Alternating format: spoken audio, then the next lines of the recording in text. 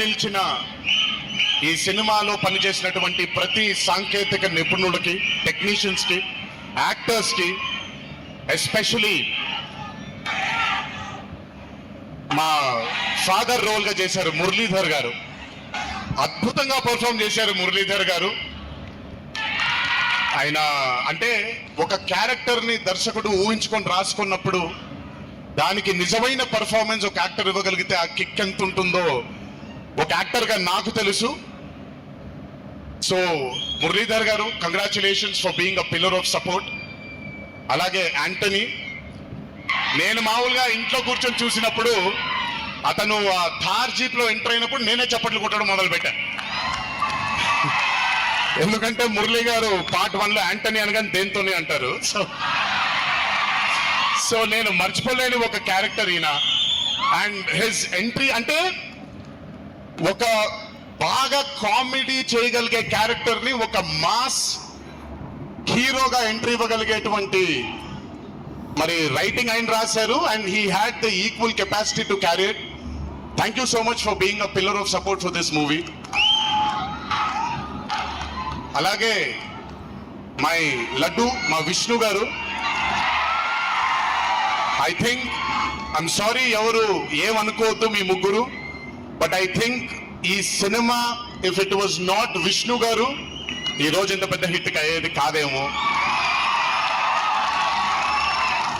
నన్ను మామూలుగా చాలా మంది అడుగుతారు, రాముడుగా చేయడం ఈజీయా లేకపోతే రావణాసురుడిగా చేయడం కష్టమా అని.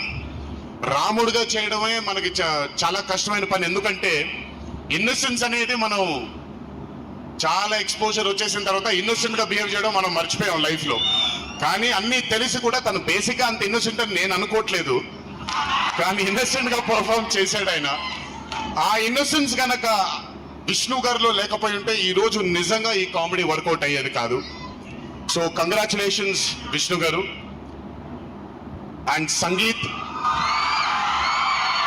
నాకు వాళ్ళ నాన్నగారితో ఎక్కువ పరిచయం లేదు, కానీ ఎప్పుడు సంగీత్ ని వాళ్ళ అన్నయ్యని ఇద్దరిని చూసినప్పుడు నాకు ఎప్పుడు డైరెక్టర్ శోభన్ గారే గుర్తొస్తారు.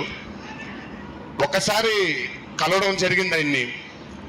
అయినంత సాఫ్ట్ స్పోకెన్ మనిషిని, అంత హంబుల్ గా ఉండే మనిషిని నేను మళ్ళీ చూడలేదు.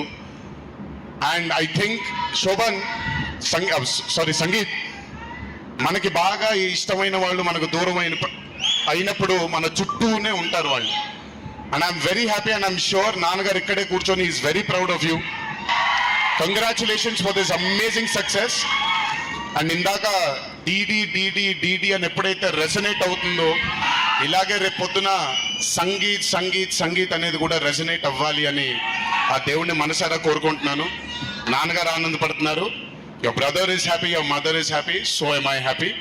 I wish you all the luck for many more films. Just మీరు ఇలాగే మీ దర్శకుడిని నమ్ముకుంటూ ముందుకు వెళ్ళిపోండి. All the best brother. Thank you so much. And అలాగే రామ్ నితిన్, నేను మ్యాడ్ 1 చూసినప్పుడు I felt that as young గా ఉన్నారు, నేను ఒకప్పుడు ఎలా ఉండేవాడినో అలాగే ఉన్నారు. మేబీ కొంచెం ఎక్స్పోజర్తో, కెమెరా ముందు నిలబడడం అంటే అంత ఈజీ కాదండి, దోలు తీరిపోద్ది. మీ ముందు నిల్చొని మాట్లాడటం ఎంత దోల తీరిపోద్దో కెమెరా ముందు కూడా నిల్చోవడం అంతే దోలు తీరిపోద్ది. త్రివిక్రమ్ గారిని అడగొచ్చు మీరు. ప్రతిసారి షూటింగ్ వెళ్ళినప్పుడు నాకు షివరింగే వస్తుంది. అదంతా మీకు తెలియదు కానీ but today when I saw mad 2 I think Ram Nithin has killed it. చాలా చాలా చాలా చాలా బ్యూటిఫుల్ గా చేశాడు, చాలా అద్భుతంగా చేశాడు. కామెడీని పలికించడం చాలా కష్టమైన పని అండి యాక్టర్ కి. అందుకే నేను అదర్స్ 2 చేయట్లేదు, కొంచెం భయపడుతున్నాను మళ్ళీ జీవితంలో కామెడీ వస్తుందో లేదో అని. But amazing Ram Nithin, way to go brother. చాలా లాంగ్ ఫ్యూచర్ ఉంది మీకు, కీప్ ఇట్ గోయింగ్. నాకు మామూలుగా 2011లో పెళ్ళైంది నాకు. 2011లో పెళ్ళైంది నాకు. వీడప్పుడు చాలా చిన్న పిల్లోడు. ఓ రోజు మామూలుగా అసలు మాట్లాడడానికి కూడా భయపడేవాడు. నేను ఇంట్లోకి వస్తున్నప్పుడు కూడా లోపలికి వెళ్ళిపోయాడు, ఎక్కువ నాతో మాట్లాడేవాడు కాదు.